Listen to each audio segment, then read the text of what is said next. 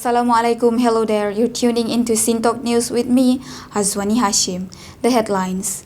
Reflect about COVID-19 for the right solution. Reflect about COVID-19 for the right solution. Going into year 2021 with a great expectation that the new year will be better than last year. The COVID-19 pandemic has dominated the entire global discourse on its impact on health. Millions have died after being infected by the virus. Besides the damage to the company, where substantial number of global citizens, including here, have become unemployed. The crisis relating to COVID-19 is not just about virus or economics, but the limitation of progress in spite of advanced scientific research and great technological innovation, resulting in more than 1 million deaths. The current talk of scientific achievement with the availability of vaccine is a welcome development, but too late for many families whose loved ones have died in the past 1 year. The tragedy of COVID-19 has revealed the importance of wisdom that could give scientific its real purpose, which is basically to serve the common good.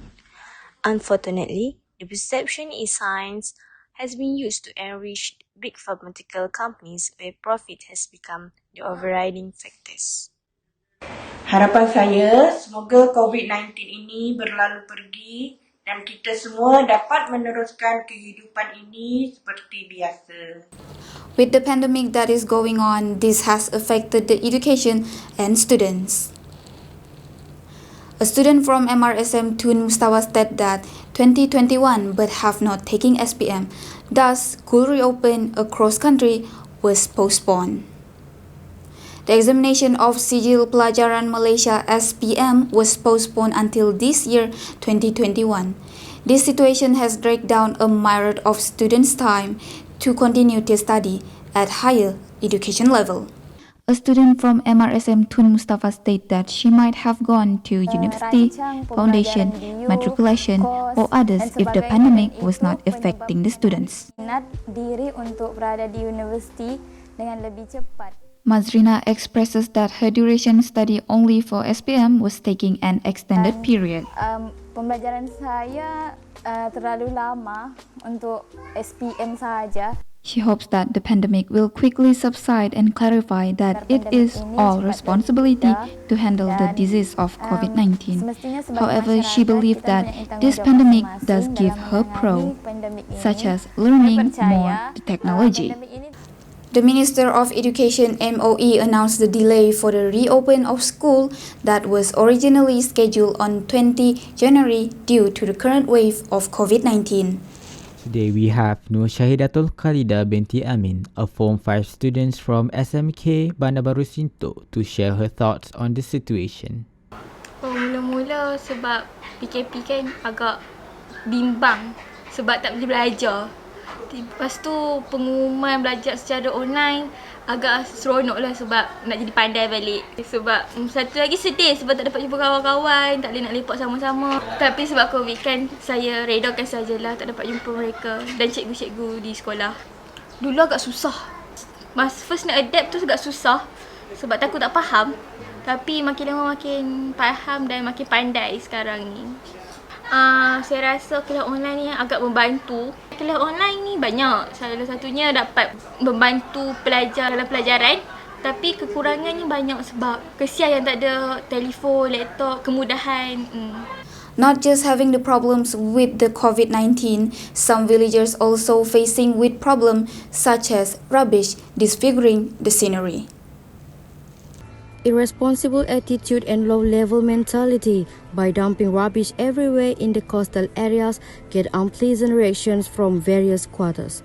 The actions of a handful of irresponsible people throwing rubbish in coastal areas clearly disfiguring the scenery.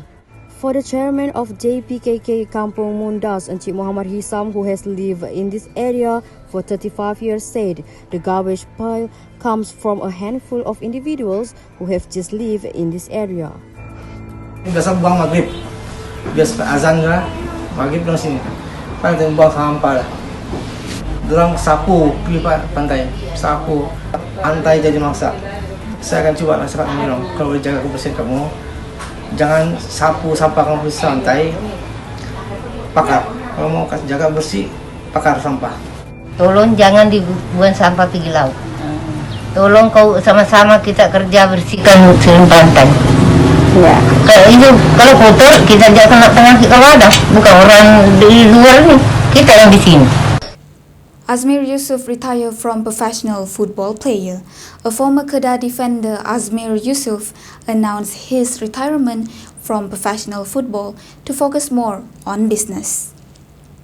Former Kedah defender Azmir Yusuf announced his retirement from professional football to focus on business and the Azmir Yusuf School PPAY, which he is currently working on. Azmir started his career with the Kuala Lumpur team in 2008, saying he really intends to end his career after playing for Kedah FA.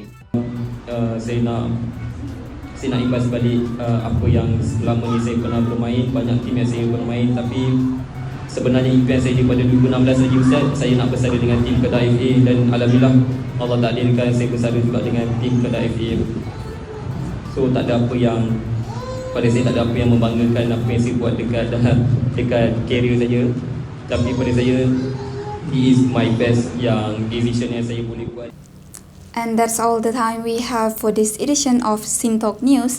I'm Hazwani Hashim. Thank you for tuning in and take care.